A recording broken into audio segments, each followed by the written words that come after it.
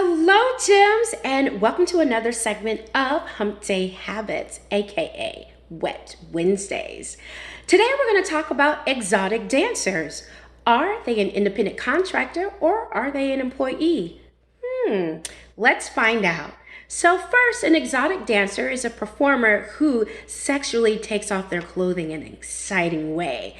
Salaries for an exotic dancers varies across the board. They can be upwards of $1,000 per night or more and easily range over $80,000 for the year. The top three famous strip club cities in the United States are LA, Miami, and Atlanta. So speaking of Atlanta, Magic City, one of the most famous strip clubs in Atlanta, has decided to take matters in their own hand while in quarantine. They said, we're not going to allow quarantine to stop us from making money. They took Magic City and brought it online, specifically to Instagram. They amassed over 100,000 followers before Instagram said, hey, wait a minute. This platform is not for strip clubs, and they kindly asked them to leave. Don't worry, Magic City said, that's okay. We'll take me and all of our 100,000 followers and we'll create a live stream page, which they did. Now, how does this work? Magic City charges $20 to gain access into their site. They have two different shifts, a morning shift and an evening shift, where you can watch your favorite ladies perform.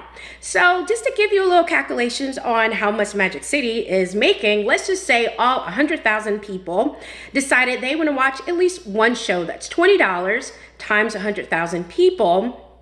That is $2 million for one shift. There's two shifts in a day. Magic City is easily making over $4 million on their idea to bring the strip club to online.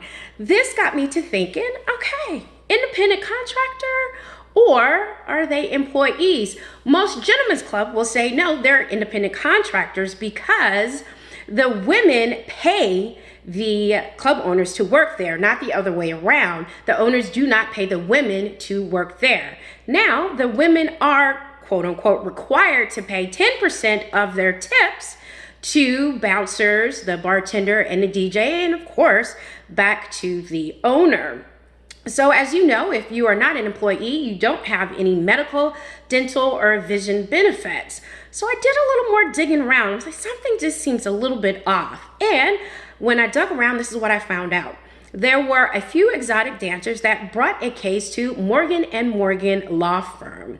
Morgan & Morgan Law Firm, doing their research, found that, I think they may have a case here. During the research, this is what they found. Number one, if you work anywhere and from anyone, that establishment owes you the right to be paid. Common sense, right? Well, why aren't they getting paid? At least a minimum wage should be paid to specifically for workers who are working for tips only. Also, Morgan and Law Firm found out that a lot of these exotic dancers were misclassified as independent workers or salaried workers, so the owners didn't have to pay for overtime and didn't have to classify them on their taxes. So how that works, if you are classified as an independent worker, you decide what day and what time you show up because they want your services, not the other way around. Let's put that into theory. So a band is an independent contractor. When a band says, hey, we have to cancel this concert due to a scheduling conflict, there's no repercussions. It just is what it is. You get an apology from your favorite band. Now, when these ladies were going to be late or tardy due to no factor of their own, maybe it was because of traffic, the subway, they got out of class late, they would be charged a fee by these owners for not showing up. Now, a lot of times, these owners are requesting that these exotic dancers sign a non-compete clause. If you're an independent contractor, you have the right to work anywhere you want. If they want to work for 1, 2, 3, 4, or 5 different gentlemen's clubs, they can. A lot of these strip clubs were saying, no, we only want you to work for us. That sounds a little bit more like an employee, because when you're an employee, you work for one company. You clock in with them, you clock out with, and you clock out with them. So Morgan and law firm did a little bit more digging. They said, hey, why are these exotic dancers required to pay their tips? The only way that they're getting paid, they are required to split them with, the DJ, the bouncer, the bartenders, as well as the owner. So let's put this into an example. This will be no different than your waiter splitting their tips with the hostess, the chef, the bartender, as well as the owner. That doesn't make any sense, does it? It doesn't make any sense for exotic dancers as well. Another thing that Morgan and law firm found out is that why are these ladies having to pay for a spot?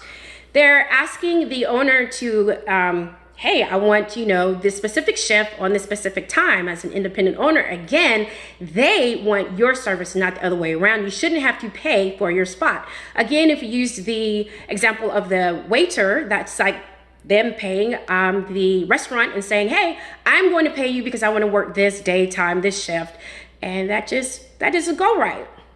Morgan and Morgan brought all of these up in a class action lawsuit, and they won. Those exotic dancers won a multi-million-dollar lawsuit for all of the above reasons. So, are exotic dancers employees, or are they independent contractors?